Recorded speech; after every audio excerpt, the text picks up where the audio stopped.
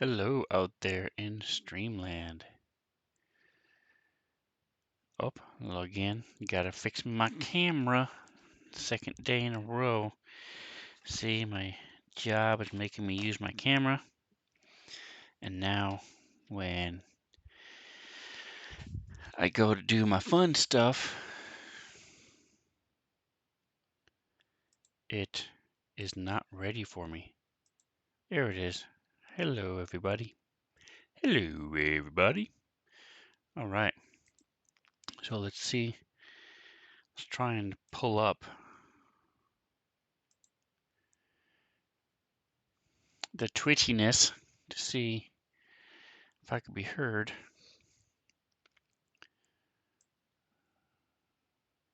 So let's get this going here, and we will rock and we will roll all night long, sweet Susie. And I wonder if there's anybody else in the world who would get that movie reference. It's not a very well-known movie, although it is a very, very funny movie. All right, so it looks like we are ready to go. So, doing Dawn of Flame this week, this Sunday, in Starfinder. And you can tell from my notes that I have a lot more. Okay, you can't tell from my notes or anything, but so I have a lot more stuff to do for my Dead Sun stuff, but I'm working on Dawn of Flame first. And Atomic Hero Squad stopping by and saying hello. I never caught the name. I was getting ready for work.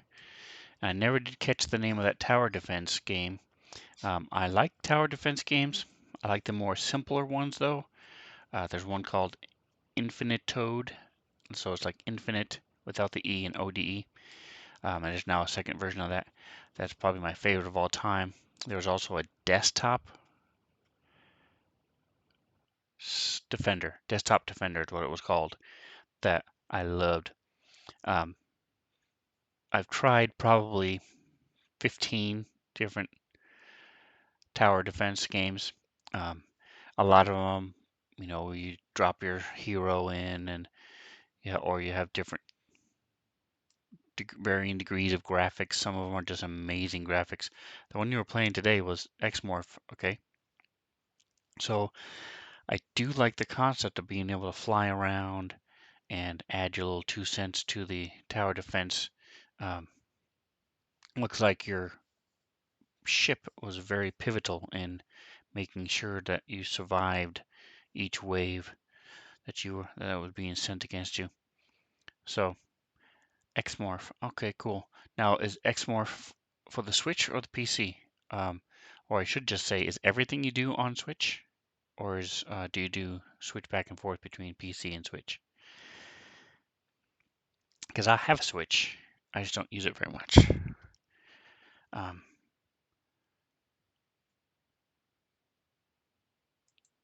so on my list, I need to add the Starship Notes rolls to the notes and change some portraits. 99% is Switch gameplay. Okay, so Xmorph is on the Switch. Cool, cool, cool, cool.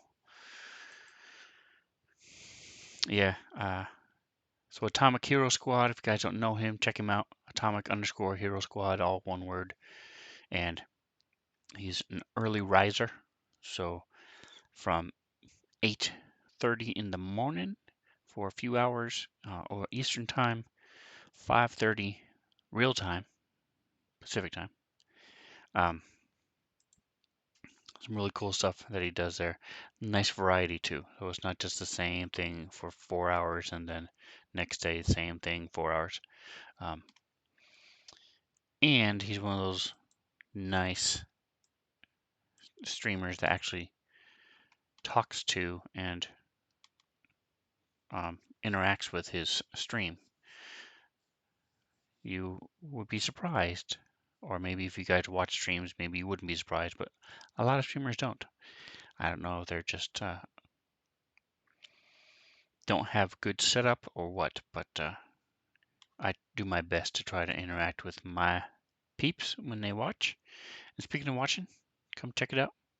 Normally, I would do this in the mornings at 10. I have a Thursday afternoon stream. It's the only one I do in the afternoon at 2. This is all Pacific time. And then I have a couple live play games at night, and I have a really late live play game at night on Wednesday night. So I'll be doing my normal live play game here in 2.5 hours ish. So about 6:30, give or take, Pacific time. We'll be playing some Dungeons and Dragons. So what I'm doing is I had to pull up. So one of the interesting things, I don't know what the glitch is. Oh, it's not really a glitch. Um, let me. There we go. So when I stream live play, I typically have a player version of Fantasy Ground running. So I have my Game Master version and then my player version. And Mr. Dan Dazzle is in the house as well. Hello, Mr. Dan. I'm training all this week for work, last minute sort of type of thing. So I'm back to being a normal person, 7 to 4 ish, Monday through Friday. I do not like it. So I'm very glad it's only for 1 week. I can do anything for a week, no big deal. But I'm very glad that on my schedule is only 4 days a week, and I have off in the middle of the week. Tuesday, Wednesday, Thursday, I have off. So I'm a happy camper. But the sad thing is I can't see your stream. So I more than likely will not be able to see your stream this week. But hey, I'll be back on there. I do get to catch Atomic for a little bit before I have to start my training. So I caught him this morning playing a little bit of X-Morph and some Gems of War. And for those of you out there, Dan Dazzle is another one who's interact with his stream. Humorous guy, and it's Dan_Dazzle. Reviewed cereal today. Is that where you put them in the your rankings? Yeah, I saw you doing that. It's not a new job, no. It's just I work with customers with disabilities for Comcast. So we have a lot of customers who might be visually impaired or hearing impaired. And so when they call in and they have issues and nobody can figure them out, the regular agent makes a ticket and sends it to me. I then call the customer back and fix it. Also, if anybody complains to the FCC about Comcast because they feel they're being discriminated against because they have a disability, it comes to me and one other lady. So my training this week is actually having to do with if you have TiVo or any other, like a smart TV, and you have little cable cards, you jam into those things and access cable. So I'm learning more about those. So anyway, probably way overestimated your curiosity, but you did ask in my defense. I didn't bring it up. You did. Sounds like a great job. It is a great job. I love Comcast has always been grateful to their employees, but specifically my job is amazing because I'm actively helping people. Um, if your TV ever starts talking to you and you don't want it to, or certain channels are showing up in Spanish, or words are showing up on the screen and you don't want it to, it can get really frustrating. And if you don't know how to turn it off, it very quickly becomes frustrating. And I'm the guy who can save your butt, call you, and in a couple minutes get it fixed. So it's not talking to you anymore and not doing the things you don't want it to do. Or on the other hand, if you're blind and you need to have it talk to you or describe what's happening on the screen like an audiobook, then I can help you with that too. So it is a really good job. I enjoy it a lot. Very rewarding. I'm actively helping people and doing things, so um, I do enjoy it. All right. Let's see. So when I was streaming, the odd thing is some of these characters are showing up different. And the reason is in Unity, when you pick your character portrait, then it um, in Classic, I could pick as a game master, I could pick the character portrait, and that's what it was. In Unity, the player picks the portrait, but the DM can pick the token. So what shows up on the map is picked by me, what shows up in the top corner and on the character sheet is picked by the player. Problem is, if I as the GM change the portrait, it doesn't show up to the players, it just shows up to me. So it's a little weird. Anyway, so for example, Amika here, if I look at it as a DM, you see this portrait.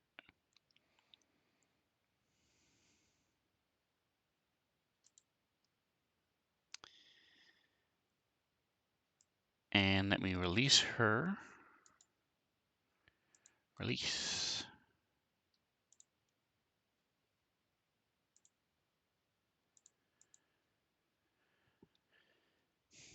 So she was showing up weird on when I was streaming last week. Okay, so she is good. All right, so to fix this, so what was happening was what I see was one portrait, but what the stream sees and what the players see was something different. It's not the end of the world, so I didn't stop the game or anything else to fix it, but I do want to get it taken care of. And the way you do that is by going in and taking control, becoming the player, changing it, and then giving it back to the other player. So that's what I'm doing now, going in, making sure these things have the right pictures.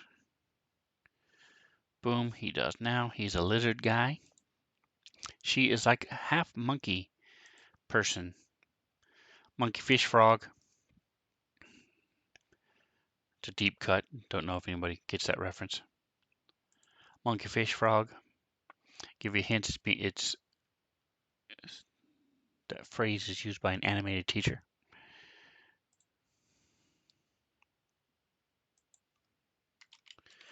She's actually more of a monkey fly. So there she is. Bam. So she's primate based fur, but they have these compound fly-like eyes. Prehensile tails. Pretty cool. All right.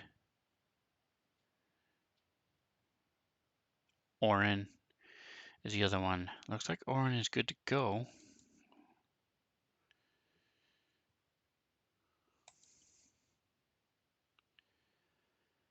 Let's see if... So Orin's picture is pretty funny. He is...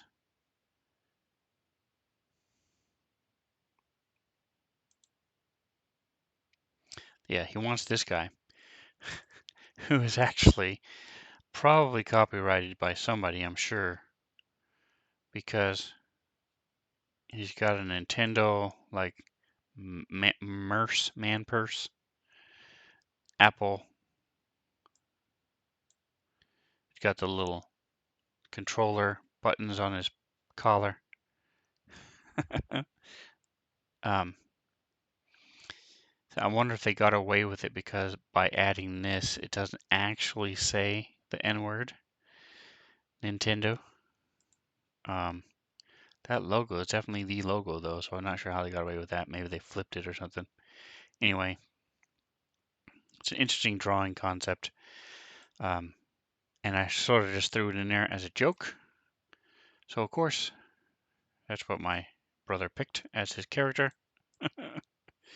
Got the sneaks, little sneaky sneaks.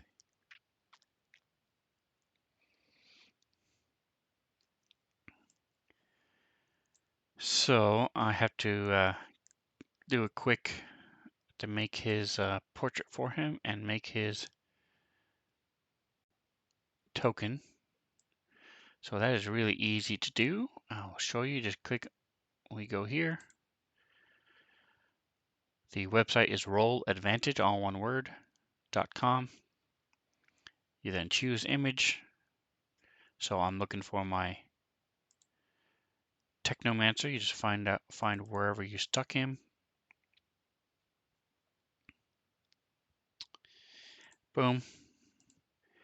It throws the image in here, and then I'll pick the border. So I'm going to choose a little octagon looking thing, and then I can choose the color. So I don't like it being the tan. He's sort of a black jacket. He just does have a tan shirt. So never mind, I'm just going to leave it that color. And then I just make it the size I want. I like having larger faces. Some people like having really small tokens. I do not. So boom. I do want to show off the colors. These things are really small. So on a screen, on the maps and things, you have to zoom in really close to see them in great details. That's why I like having a large face, so they can easily be recognized from a distance. So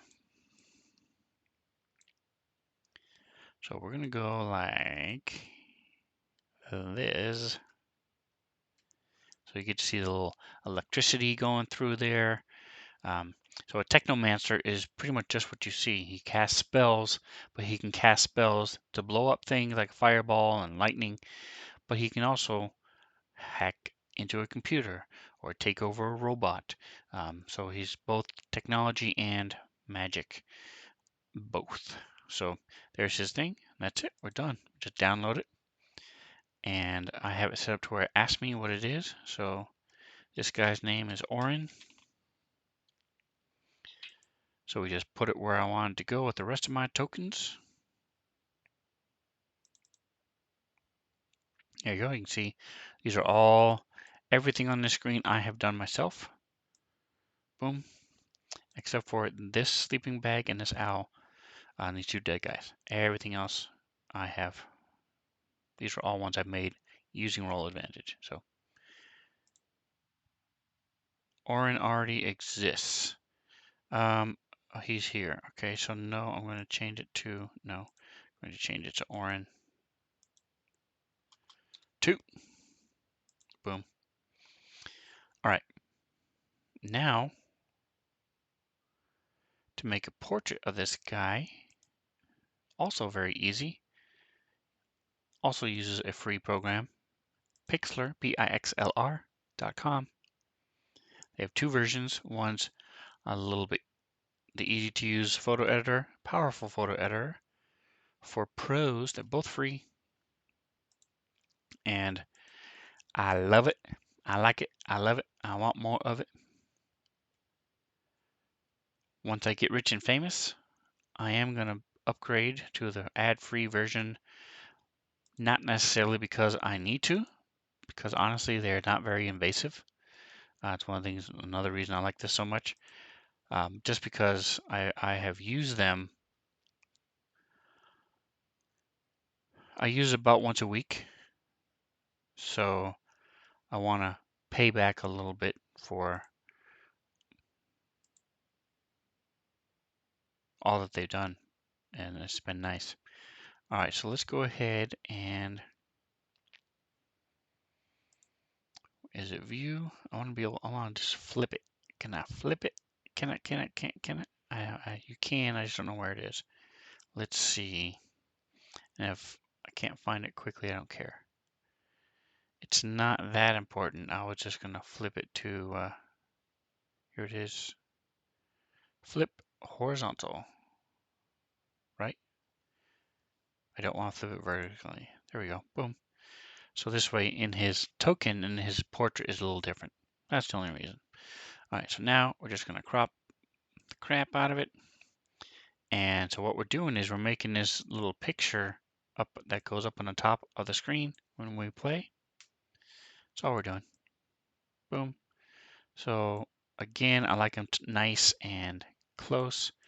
I do want this to be a square though, so boom. There we go. Again, I want to get the cool gaming buttons in there.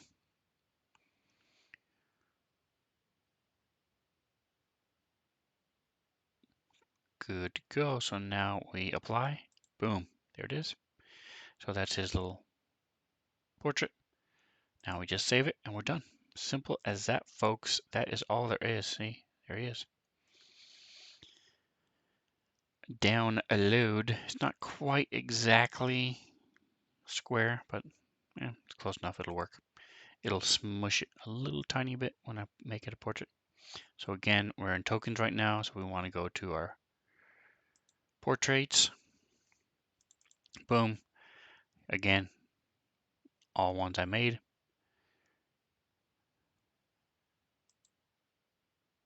There it is. See, and there's a click. And that is that. So now, close this. So I go to my player version of Fantasy Grounds. Open up Orin.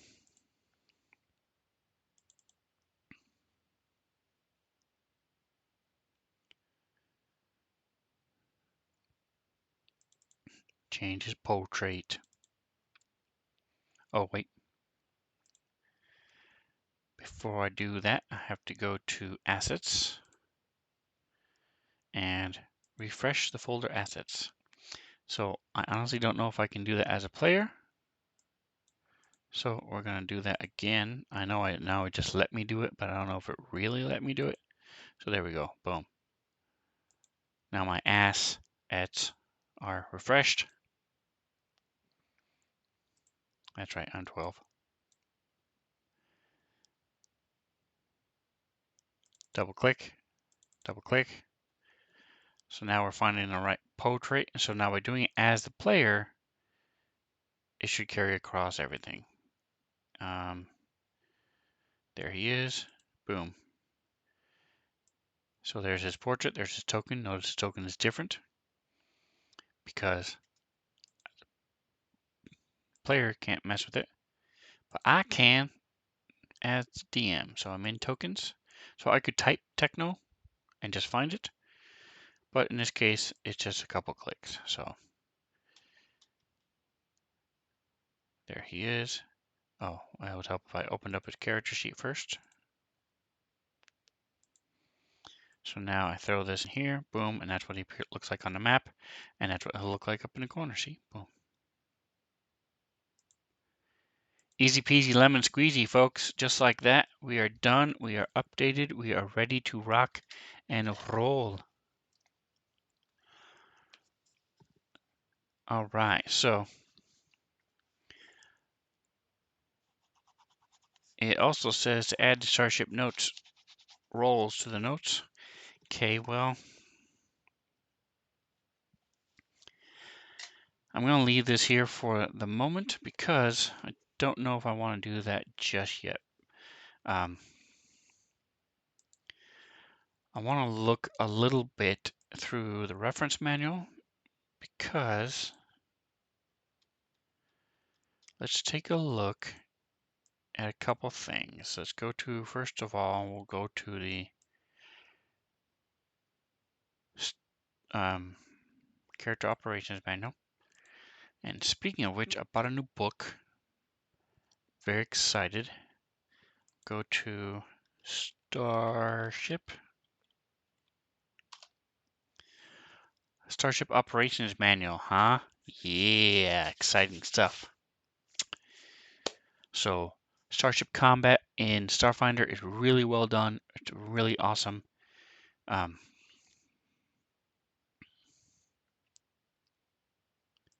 Click. can get a little confusing though if you don't do it often, and you don't do it often, just the way the rules are, the game is. It also depends on the story you're playing. Sometimes you may never do Starship Combat in Starfinder. Other times you may do it quite a bit. If you're like a pirate or doing more of a Star Trek-ish storyline where you're exploring new worlds and going places to places. But what I'm looking for here is ship combat. Here we go. So this is the open crew actions. Let's see.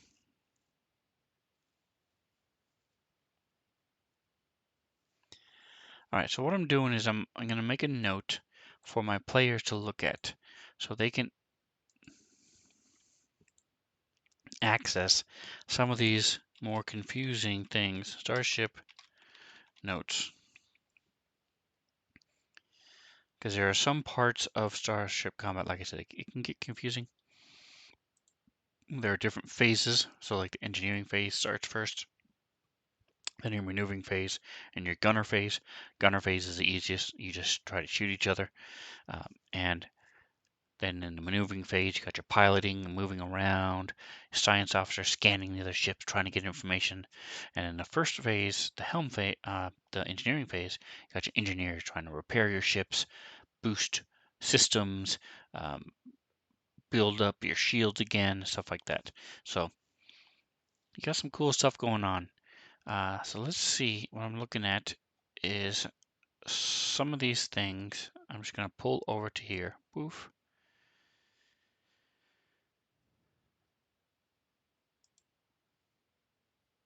So they can, with a click of a button, they can click the link and see what these things do. So there's your chief mate. Here's your magic officer. Boom. So now if somebody's interested in the magic officer, it can tell you what that just tells you what it does, and you can then see what they do. So these are all the different actions that the magic officer can do. There's another one. So let's go close this. So the Starship Operations Manual, we'll go to Reference Manual, check it out. Starship Operations Manual, I just picked up the other day, 2 days ago, maybe 3. I got the hard copy. I don't buy a lot of the hard copies because fancy grounds you don't need to. And they're expensive. But there are some times when it's just simply easier to go, there it is. Or I saw that, where is it? And looking for it within the system sometimes can be confusing if you don't remember what it is you're looking for. It's like, man, I saw this one table. I saw this one picture. Where was that? I don't remember. Boom, there it is. So I like having the hard copies. On some occasions, Starship Operations Manual, I'm thinking is definitely going to be one of those that I want. So here we are, Starship Combat. I'm going to add the critical effects right here. Boom.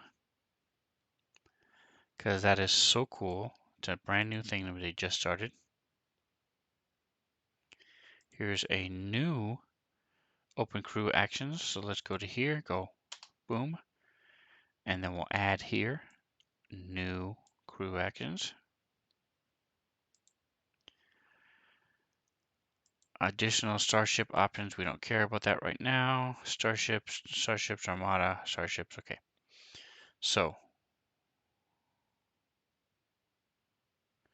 and as a matter of fact, we were talking about how some people focus more on starships.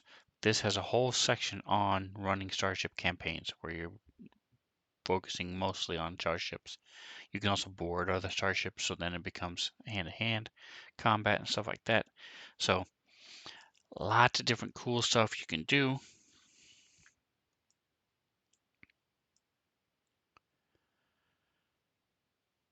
So I'm looking here just to see if there's anything else. Weapons, armors, super colossal starships.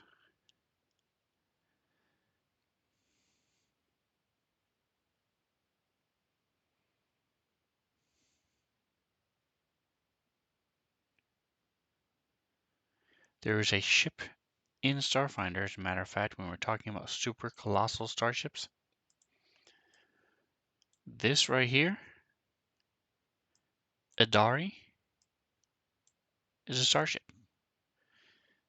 It is the size of a planet, smaller planet, but these are moons here, so these are planets.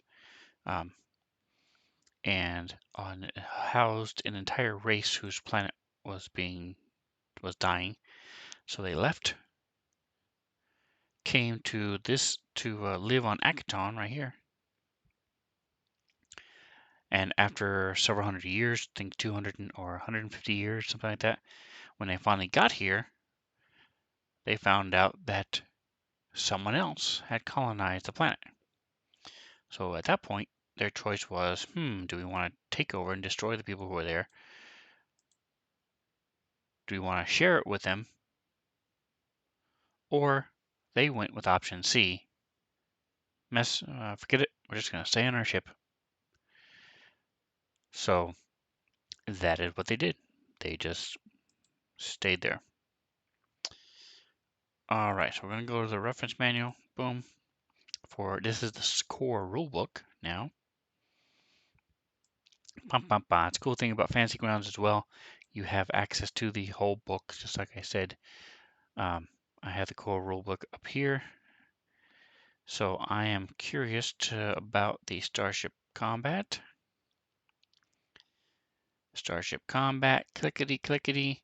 So I'll see these are all some different things you're talking about. The roles in Starship. You have your captain, engineer, gunner, pilot, etc., etc. So what we're going to do is we're going to look at crew actions within the Starship. Now, are these divided up at all? They are not. Okay, so we just take this whole section and go, let's see, actually I'm gonna let go over here. Poof, so it opens up a book. This is what they see, by the way, when they click this. I'm gonna put this at the beginning if I can. Actually, I don't think I can without messing this up. Fine, whatever.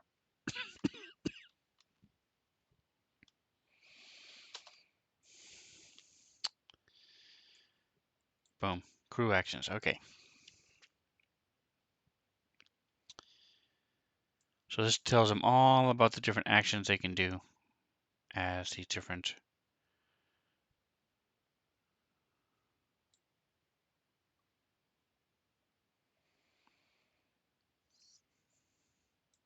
in these different roles. Okay, so that's that.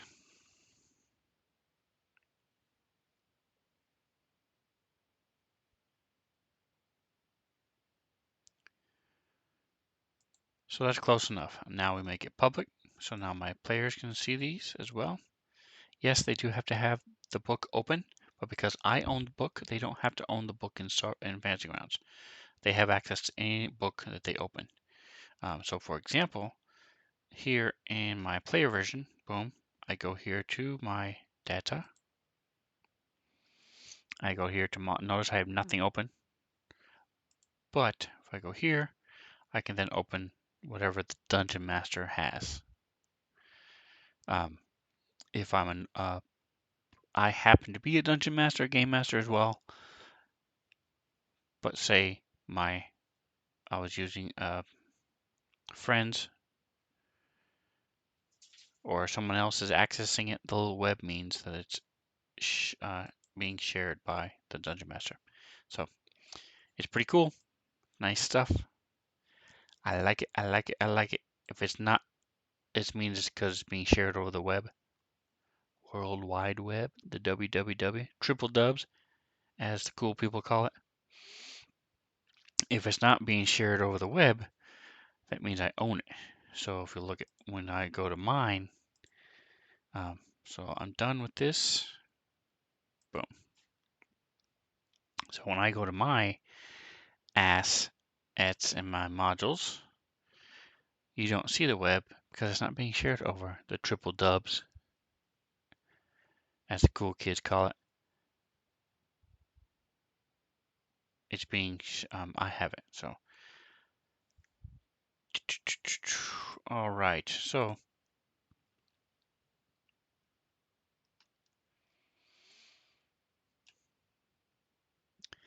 we have a few more minutes left. I was thinking about maybe switching to the other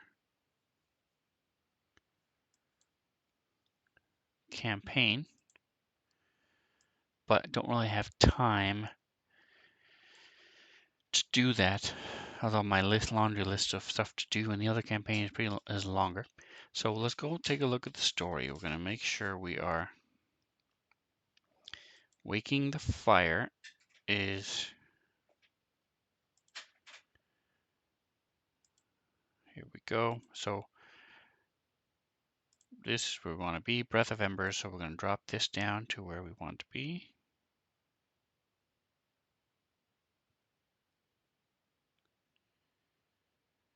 Oh, never mind, we have it already. So we have it right here, Breath of Embers. Okay. So this is the map of the ship. Zoom in a bit so you can see with these tokens. That's what I was talking about. See, this token was different on the player map.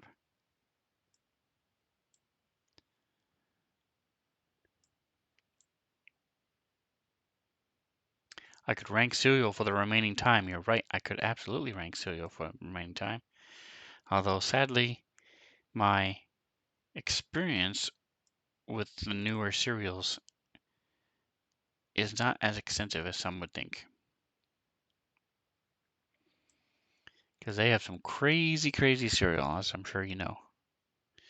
So this is where they are right now. This little thing is a tiny little protein rifty.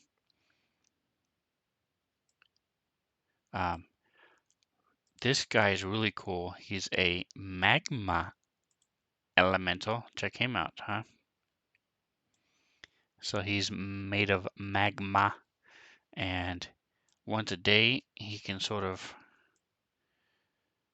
squint really hard and just ooze magma in a pool around him. Not a nice thing to step in.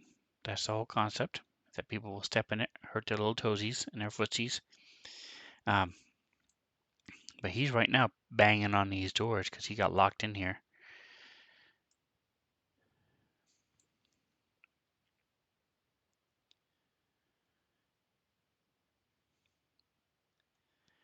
He's in a recreational room, for those of you who are into that type of stuff, that has headsets, hologram projectors, hookahs.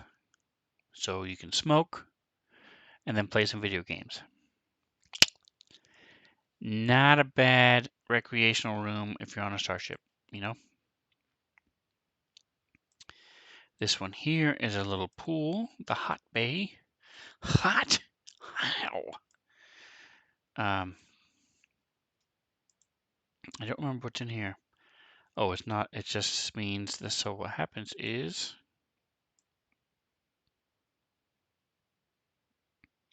the doors shut and the tiny flames along the walls and ceilings become roaring jets of burning gas, while the tubs fill with scalding water. Escape is possible by moving out the door.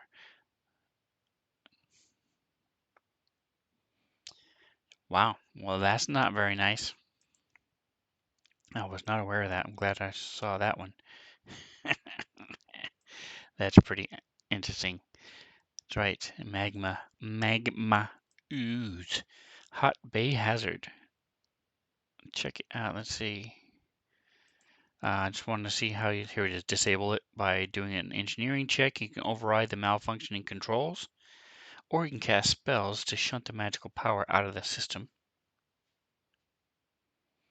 And if they happen to roll a 21 on their perception as you're looking around the room, they'll notice that the flame nozzles can form a larger jet.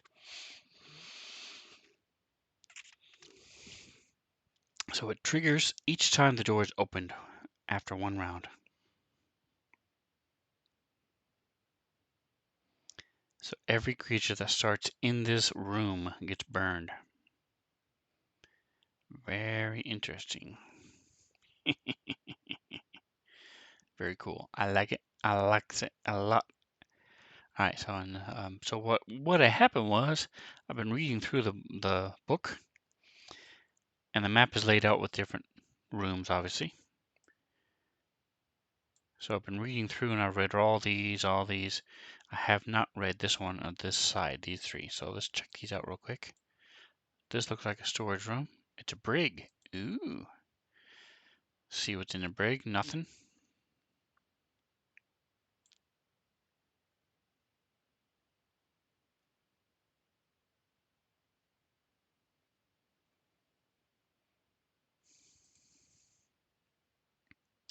Here's a little storage room that is empty. Then we have a commissar's cabin.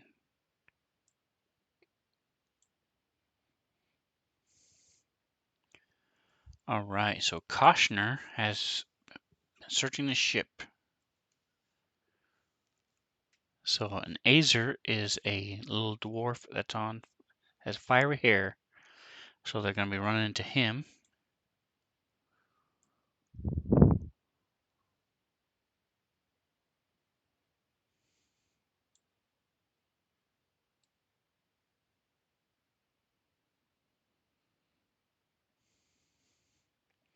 Except this dude, is actually a she. And her name is Koshnar. Cool, so that's where she is. There's an armory. Most of that should be empty because Koshnar just went in there. Each locker. Oh, no, that's wrong. That's weird. You can hear her searching the other room when you go in there, so that's cool.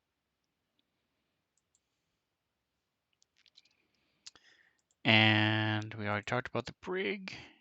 So the last one is the tech lab. So the tech lab is another place that they've been to. So there's an assembly ooze. So you were just talking about oozes, Dan. Let me show you what it means. I'm looking to see if they have a picture.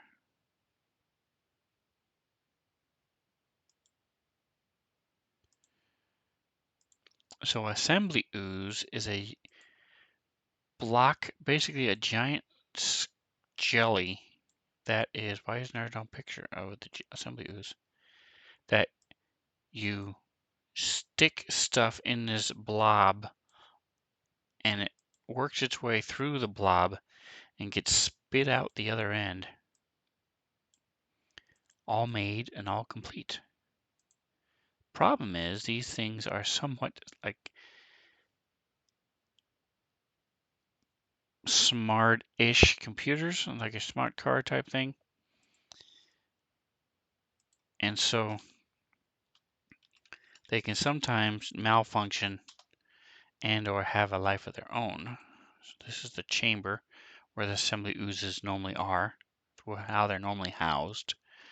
You stick the stuff in here, it spews it out on the other end.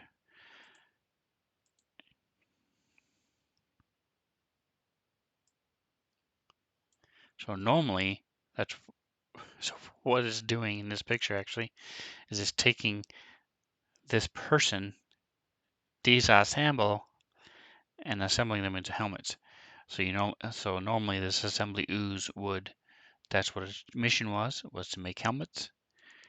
You would normally put the stuff in one side, it would then spit out the assembled helmet.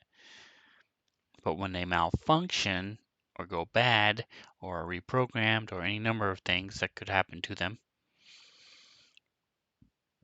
they just start randomly attacking people and creatures, disassembling them and reassembling them into whatever it was that they were programmed to make.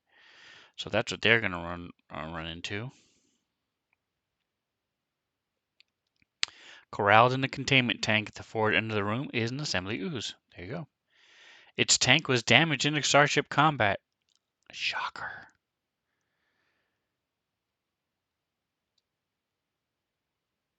Until it moves, it appears to be inert gel.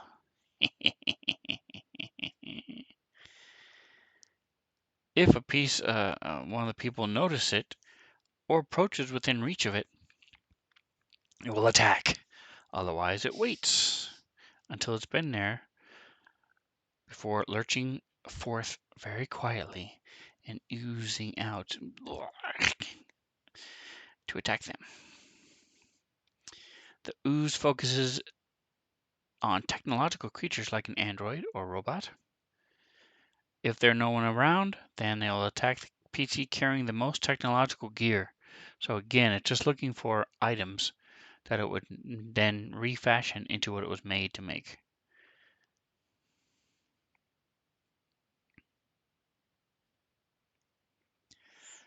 An agility, enhanced armor upgrade, and an emergency beacon are things that it made before. Very cool. All right, so that's what my players are going to be running into this Sunday night. If you want to see how this all plays out, what this all looks like, you want to see them fight the magma and the ooze, the assembly ooze, go into the hot bay and get blasted with the fires. Sunday nights at I say 5:30.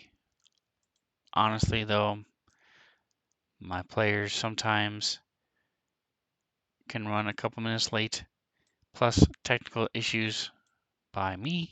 I am not the most technical savvy person when things aren't running perfectly. So think more along the lines of 5:40-ish. Play till 8, so it's only a couple hours. A lot of fun, really good crew. And so come check them out. See what they've got. See, we've got human guy. We've got this giant earwig or a pincher bug, depending on where you're from, how you pronounce them. A lizard guy. We've got another human who can zap things. He's a halfling, actually. He's a little guy. Got the monkey insect woman. So come check him out. But whatever else you do, enjoy the rest of your day.